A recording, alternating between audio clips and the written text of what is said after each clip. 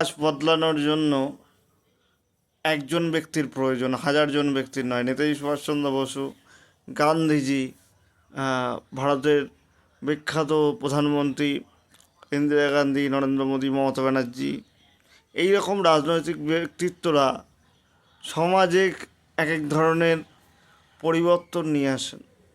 সেই পরিবর্তন হচ্ছে জনসচেতনতার পরিবর্তন, দীর্ঘকালীন চলা কোনো ব্যবস্থার বিরুদ্ধে পরিবর্তন। সেই রকমই একটা পরিবর্তন নিয়ে আসতে চেয়েছিলেন মাননীয় রাজ্যসভার সাংসদ রাঘব চাড্ডা মহাশয়। তিনি একদম আম আদমির যে সমস্যাগুলো, মোবাইল রিচার্জ মাসে মাসে 300 টাকা করে, প্লাস তাদের যে সমস্যাগুলো, আরও সমস্যাগুলো তিনি তুলে ধরেছিলেন। এয়ারপোর্টে জিনিসপত্রের দাম এত বেশি এবং ওজন বেশি হওয়ার কারণে অনেকে এয়ারপোর্টেই মালপত্র ছেড়ে চলে যান ট্যাক্স না দিতে পারবার কারণ। তো এই যে ব্যবস্থার প্রতি তার একটা সংঘর্ষের পরিস্থিতি বা একটা সিস্টেমের বিরুদ্ধে, এই সিস্টেম কিন্তু তাকে টিকতে দিচ্ছে না। সম্প্রতি তাকে রাজ্যসভার দলনেতার পদ থেকে সরিয়ে দিয়েছে আম আদমি পার্টি।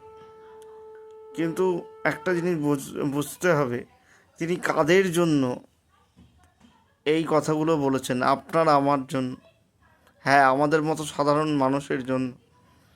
তো সাধারণ মানুষের কণ্ঠ যেখানে গিয়ে প্রতিফলিত হবে, সেটাই তো সংসদ ভবন। সংসদ ভবনে যিনি সাধারণ মানুষের হৃদয়ের কথাগুলো তুলে ধরেছেন, সত্যিই তো। আমি যদি ফোনের ইনকামিং কলটা যদি আমার সঙ্গে সঙ্গে বন্ধ হয়ে যায়, আমার যদি সেই সময় 300 টাকা বা 200 টাকা না থাকে, তাহলে কি আমি একটা জরুরি কল পেতে পারবো না? আমাকে অন্তত 5 দিন 7 দিন কেন সময় দেওয়া হবে না? কেন আমাকে 12 মাসের রিচার্জের বদলে 13 মাসের রিচার্জ করতে হবে? এটা তো আমার কথা, আপনার কথা, সাধারণ মানুষের কথা। তাহলে এই যে সাধারণ মানুষের কথা যে বলবে, সেই তো জনপ্রতিনিধি।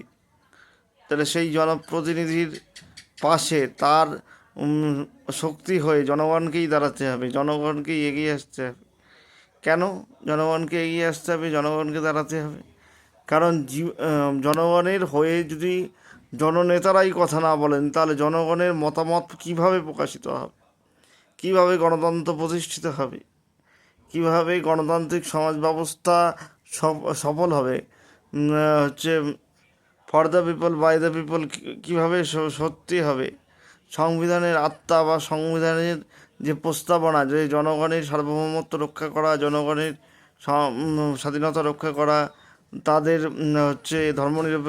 ধর্মীয় স্বাধীনতা রক্ষা করা, তাদের রাজনৈতিক স্বাধীনতা রক্ষা করা, তাদের মত প্রকাশের স্বাধীনতা রক্ষা করা, সেই মত প্রকাশ যদি সংসদের অন্দরেই ব্যাহত হয়, তাহলে কি করে হবে? এবং যারা আমাদের প্রতিনিধি রূপে সেখানে গেছেন, তাদের কাজই তো হচ্ছে আমাদের মতটাকে দেশের সামনে তুলে ধরা।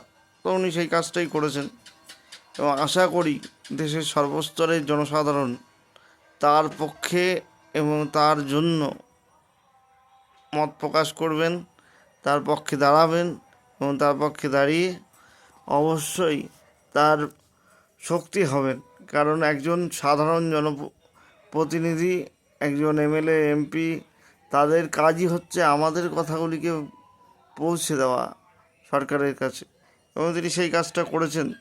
তার জন্য আমরা গর্বিত হওয়া উচিত আমাদের, যে আমাদের সরাসরি নির্বাচিত প্রতিনিধি না হওয়া সত্ত্বেও, সরাসরি নির্বাচিত প্রতিনিধি মানে রাজ্যসভার প্রতিনিধিরা সরাসরি নির্বাচিত হন না, সরাসরি নির্বাচিত প্রতিনিধি না হওয়া সত্ত্বেও কিন্তু তিনি আমাদের হয়ে কথা বলছেন, সাধারণ মানুষের হয়ে কথা বলছেন, সাধারণ মানুষের জীবনযাপনের অসুবিধাগুলি তুলে ধরছেন, তাদের সুযোগ সুবিধা বৃদ্ধির জন্য আওয়াজ তুলছেন। তো এমন একজন সাংসদের পক্ষে আমাদেরকে দাঁড়ানো উচিত, তাহলে সেটা সত্য অথবা ন্যায়ের পথেই দাঁড়ানো হবে। ধন্যবাদ।